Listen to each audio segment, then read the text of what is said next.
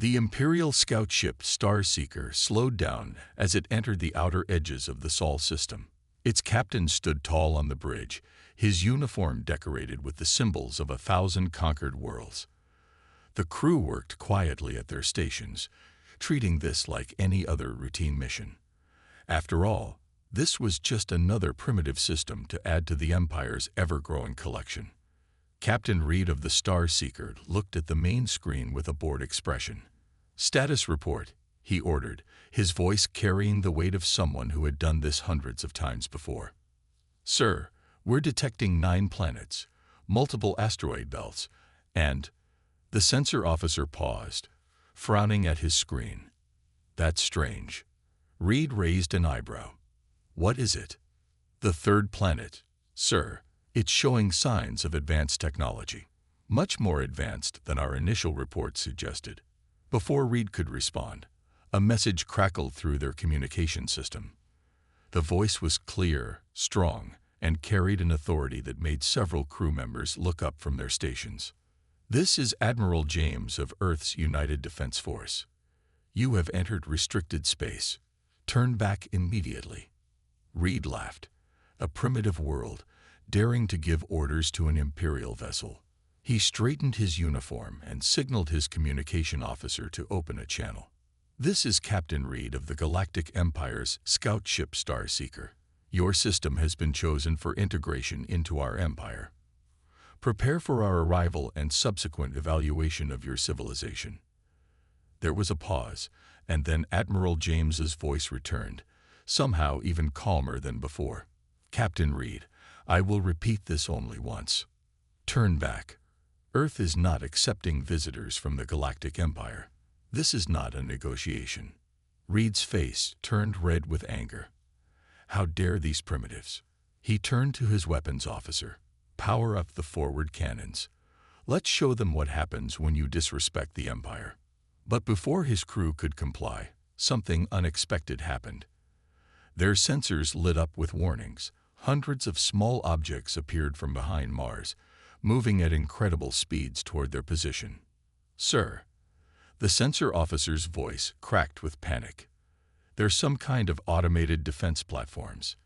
Their technology, it's not matching anything in our database." Reed's confidence wavered for the first time. "Shields up, full power." The defense platforms surrounded the Starseeker in a perfect sphere formation. They were sleek, black, and moved with a precision that spoke of advanced AI control systems. Admiral James's voice came through again. "Captain Reed, those platforms are armed with weapons that can pierce your shields in seconds. This is your final warning.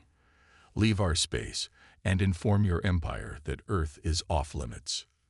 Reed looked at his tactical display. The Earth ships had them completely surrounded. Their energy readings were off the charts, showing technology that should have been impossible for such a young civilization. "Sir," his first officer whispered, "I suggest we comply. We're clearly outmatched." Reed's pride warred with his survival instinct. In the end, survival won.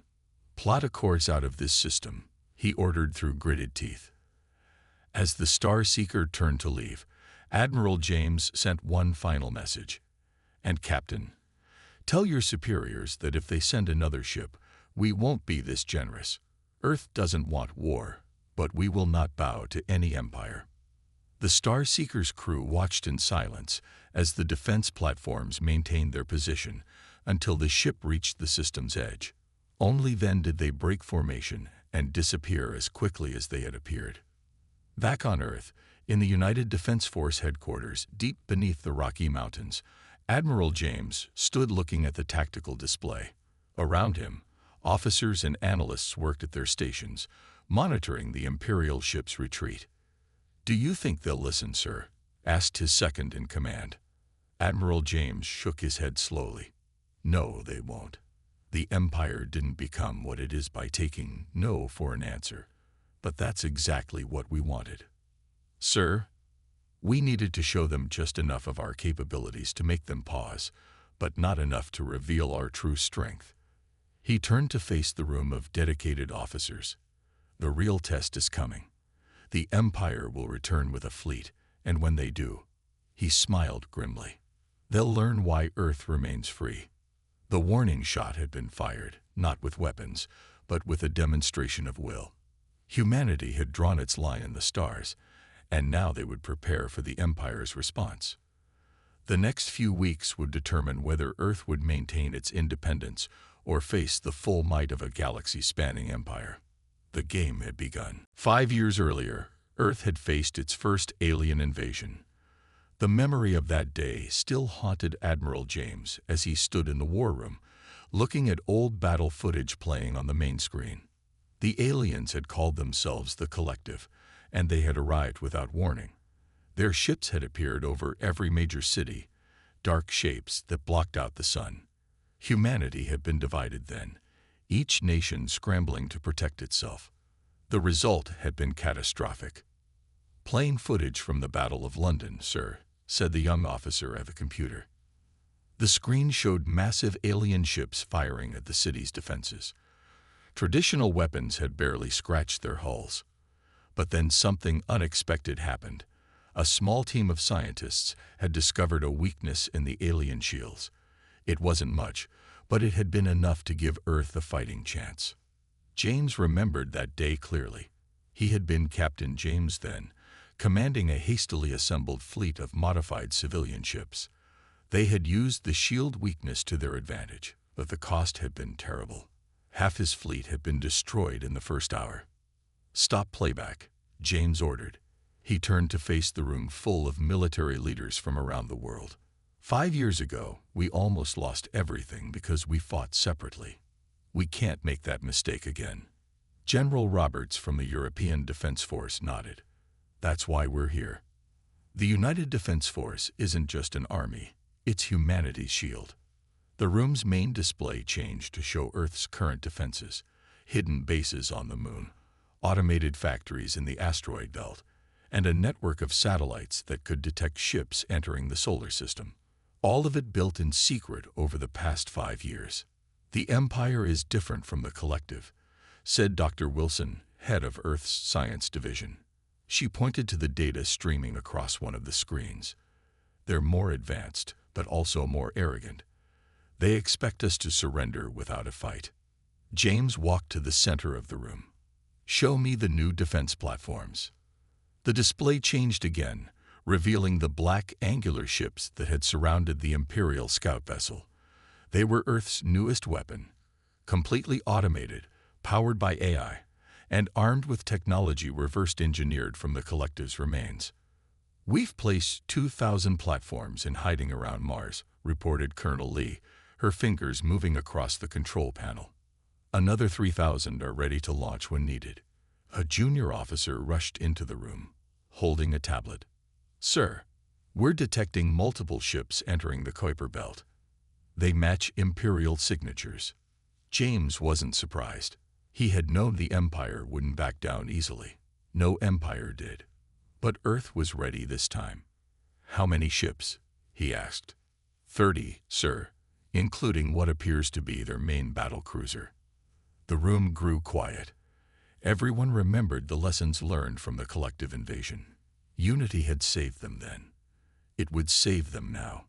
James pressed a button on the main console, opening a channel to all Earth's military bases. "This is Admiral James. The Empire has returned, just as we expected." But they don't know what they're walking into. 5 years ago, we learned that humanity's greatest strength isn't our weapons or technology. It's our ability to stand together. He looked around the room, seeing determination in every face. "Initialize Defense Protocol Alpha. Launch the remaining platforms. And most importantly, remember your training. We've prepared for this moment for 5 years." Across the solar system, hidden bases came to life. Automated factories began producing more defense platforms. Early warning systems tracked the Imperial fleet's approach. Earth was no longer the divided planet it had been during the Collective invasion. "Sir," Colonel Lee called out, "all systems are ready. The Empire will be in range in 6 hours." James nodded, thinking of all the lives lost in the first alien invasion. This time would be different. This time, humanity was ready. "Let them come," he said quietly. "It's time to show the galaxy that Earth isn't just another world to conquer. We're the planet that fights back." The war room hummed with activity as Earth's defenders prepared for battle. The lessons of the past had made them stronger. The Empire was about to learn why you don't threaten a planet that has already survived one invasion. The real fight was about to begin. Commander Marcus stood on the bridge of the Imperial flagship, Star Conqueror, his gold-trimmed uniform reflecting the light of distant stars. 30 warships followed behind him, each one capable of destroying the small moon. He smiled as he thought about how easy this mission would be. "Status report," he ordered, watching Earth grow larger on the main screen. "All ships in formation, sir," reported his second-in-command. "We're approaching the orbit of Mars." "No sign of those defense platforms," the scout ship reported. Marcus nodded. Of course there weren't any platforms. The scout captain must have panicked and seen things. How could a primitive world like Earth pose any real threat? "Send the standard surrender message," he commanded. "Give them 1 hour to respond." The message was sent, but Earth's reply came much sooner than expected. Admiral James's voice filled the bridge. "Commander Marcus, we already told your scout ship that Earth is off limits. This is your only warning. Leave our solar system." Marcus laughed. "Admiral James, you seem confused about your situation. I have 30 Imperial warships under my command. Each one could turn your cities to ash. Surrender now, and we'll be gentle with your world." There was a pause before James responded. "You should have listened to your scout ship." Suddenly, alarms blared across the Imperial fleet.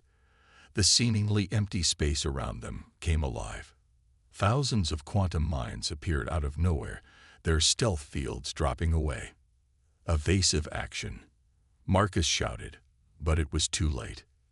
The mines detonated in a synchronized wave, not with normal explosions, but with focused gravity pulses that twisted space itself. 10 Imperial ships were caught in the first wave, their hulls crumpling like paper as artificial gravity wells tore them apart. "Impossible."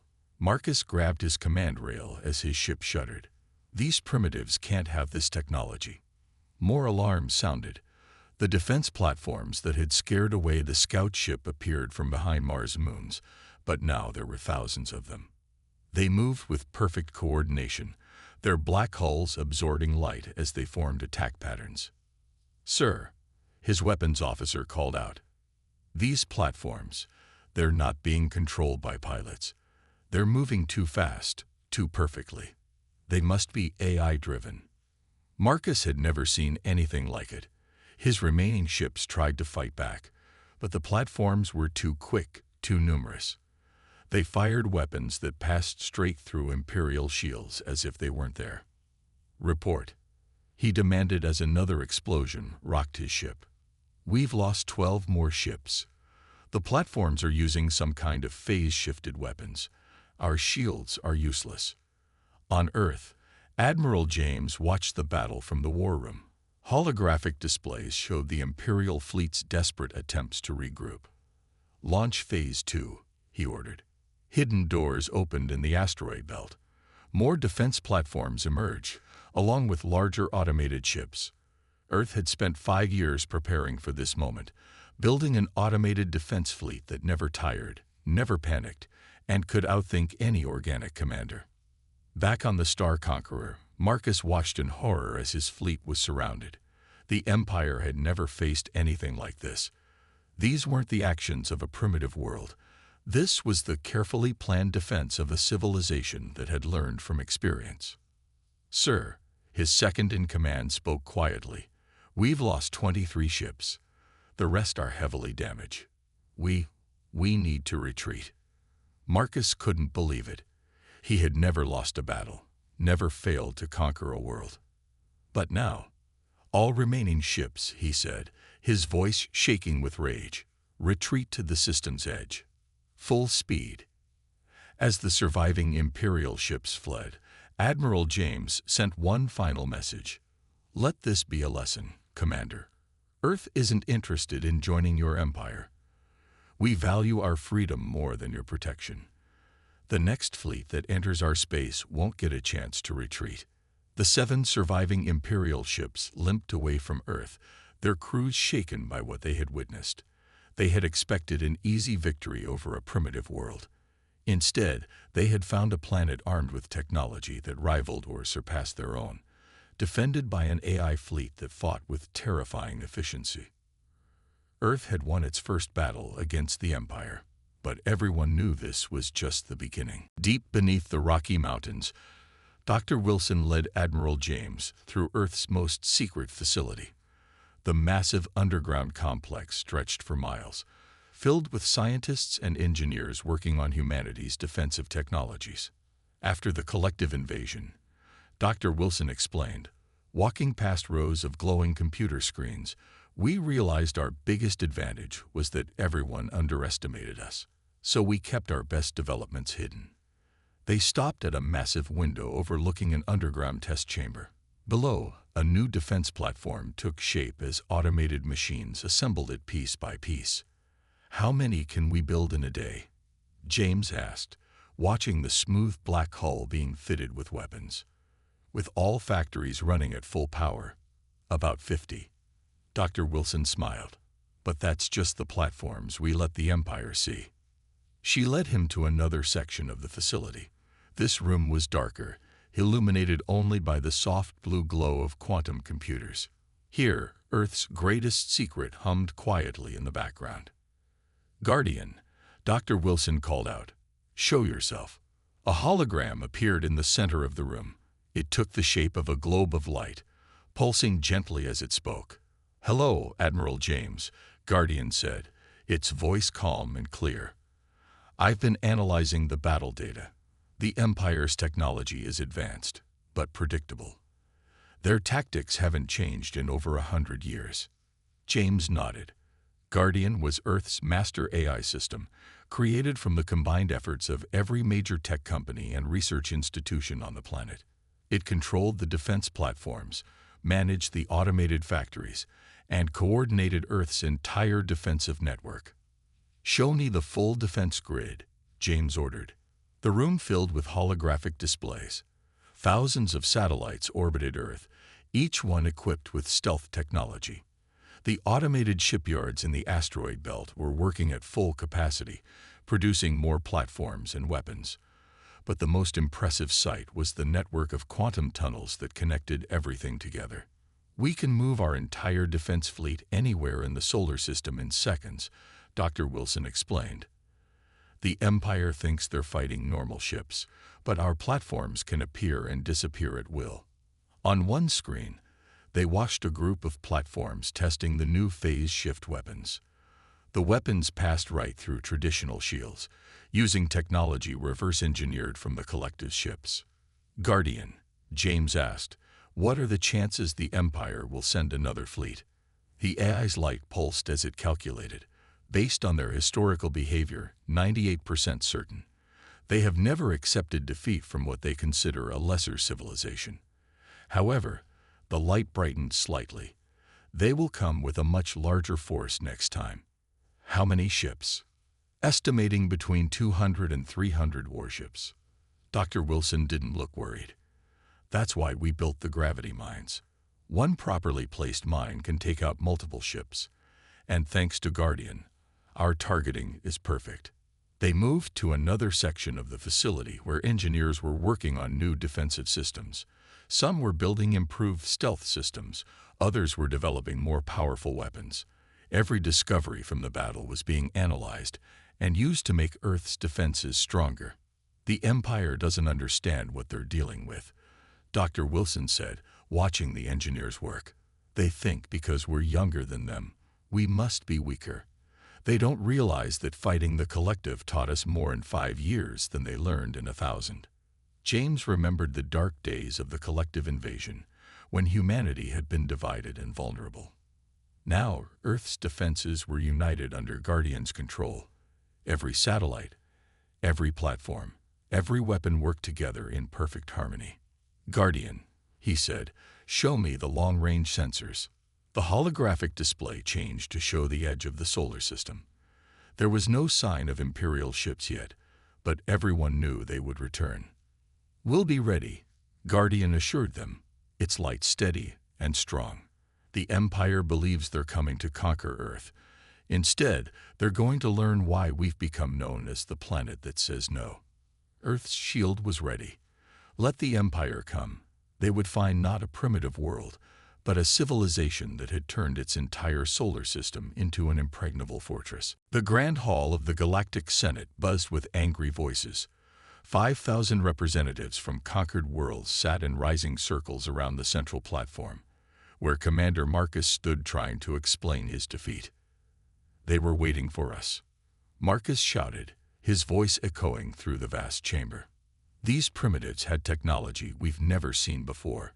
Weapons that ignored our shields, ships that appeared from nowhere." Emperor Vale sat on his golden throne above the assembly, his ancient face showing no emotion. Next to him, his advisors whispered among themselves, pointing at the battle footage playing on massive screens. "Impossible," shouted one senator. "No primitive world could defeat our ships." "The footage doesn't lie," said another, leaning forward to study the images of Earth's defense platforms tearing through Imperial warships. The Emperor raised his hand, and silence fell over the hall. "Admiral Stone," he called out, "step forward." A tall woman in an Imperial uniform walked the center platform. Unlike most Imperial officers, Admiral Stone had been born on Earth many years ago, before leaving to explore the stars. She had risen through the Empire's ranks through skill and cunning. "You know this world," the Emperor said. "Explain their resistance." Stone looked at the battle footage, a small smile on her face. "Earth has always been different, Your Majesty. When the Collective attacked them 5 years ago, they didn't just survive. They learned. They took alien technology and made it better." The hall erupted in whispers. The Collective was well known even to the Empire, a powerful race that had vanished mysteriously after trying to invade Earth. "And now?" the Emperor asked. "Now they have united their whole planet's resources. Their AI systems are more advanced than ours. Their weapons are designed specifically to counter Imperial technology." Stone turned to face the Emperor directly. "They've turned their entire solar system into a fortress." Commander Marcus stepped forward angrily. "Then we should send the entire fleet, crush them with overwhelming force." "And lose how many ships?" Stone asked calmly. "How many Imperial soldiers would die? Earth doesn't want to join the Empire. They've made that clear, and they've proven they can defend that choice." The Emperor stood, his golden robes shimmering in the light. The entire hall held its breath, waiting for his decision. "Show me their demands," he ordered. A hologram appeared in the center of the hall, showing Admiral James's message: "Earth will remain free. The Sol system is off-limits to Imperial ships. Any violation of this boundary will be met with immediate defensive action." "They dare to make demands of us," a senator shouted. "They've earned the right," Stone replied. "I recommend we accept their terms."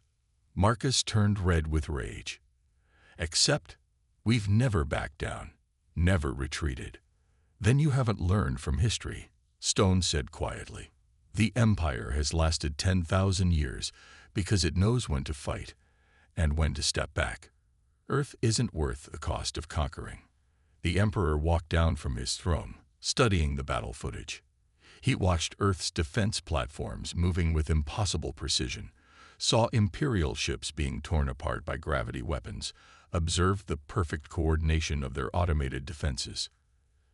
"Admiral Stone," he said finally, "you will take command of all operations regarding Earth." "Commander Marcus, you are dismissed." Marcus's face went pale. He bowed stiffly and left the platform as Stone took his place. "What do you suggest?" the Emperor asked her. "Accept their terms," she said firmly. "Mark the Sol system as restricted space. Let Earth develop on its own. They've proven they deserve their independence." The Emperor looked out at the Senate Hall, at representatives from thousands of conquered worlds. For the first time in Imperial history, they had found a planet that not only resisted successfully, but had the power to enforce its resistance. Very well, he said. Let it be recorded that the Sol system is now designated as restricted space. Earth will remain independent. The hall erupted in shocked murmurs. The mighty empire, backing down. But looking at the footage of their destroyed ships, even the loudest critics fell silent. Earth had changed the rules of the game. The age of easy conquest was over. The imperial capital planet glowed like a jewel in space as Earth's diplomatic ship approached. Ambassador Thomas stood at the viewing window, watching the planet's 3 suns rise simultaneously. Behind him, Admiral James adjusted his dress uniform one final time. Remember, James said, we're not here to ask for peace. We're here to set our terms. Thomas nodded. Earth's ship was small compared to Imperial vessels, but its sleek black hull contained the same advanced technology as their defense platforms. Guardian had insisted they arrive prepared for anything. Ship approaching docking bay, announced the AI pilot. Imperial escorts maintaining their distance as agreed. As they landed, Thomas looked at his tablet one last time, reviewing Earth's demands. They weren't here to join the Empire. They were here to make sure Earth stayed free forever. The Imperial welcome party waited in the massive docking bay. Admiral Stone stood at the front, her Imperial uniform decorated with new ranks showing her promotion. Behind her, dozens of senators and officials watched curiously. "Welcome to Imperial Center," Stone said as Thomas and James descended their ship's ramp. "The Emperor awaits." They walked through grand corridors built from materials that seemed to glow from within. Other alien species watched them pass, whispering among themselves. Everyone had heard about the primitive world that had defeated an Imperial fleet. The doors to the Grand Hall opened, revealing thousands of seated representatives. Emperor Vale sat on his throne, watching the Earth delegation approach. Ambassador Thomas of Earth, the Emperor's voice carried across the silent hall. "You come to us not as supplicants, but as equals. Speak your terms." Thomas stepped forward, his voice clear and confident. "Earth demands recognition as a sovereign system. The Sol system will be marked as restricted space. No Imperial ships may enter without explicit permission." Murmurs ran through the crowd. Thomas continued, "In return, we offer trade. Earth's technology has developed in different ways than the Empire's. We're willing to establish limited trading posts at the edge of our system.